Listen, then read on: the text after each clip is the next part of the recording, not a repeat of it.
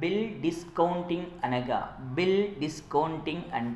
అంటే వస్తుందంటే ఖాతాదారుల వద్ద ఉన్న బిల్లులపై ఖాతాదారుల వద్ద ఉన్న బిల్లులపై కాలపరిమితికి ముందుగానే వడ్డీ మినహాయించుకొని మిగిలిన మొత్తాన్ని చెల్లించే అవకాశాన్ని కల్పించడాన్ని ఏమని పిలుస్తామంటే బిల్ డిస్కౌంటింగ్ అంటారు.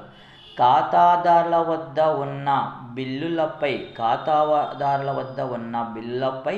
కాలపరిమితికి ముందుగానే వడ్డీని మినహాయించుకొని మిగిలిన మొత్తాన్ని చెల్లించడాన్ని అంటే బిల్ డిస్కౌంటింగ్ అని సంబోధిస్తారు.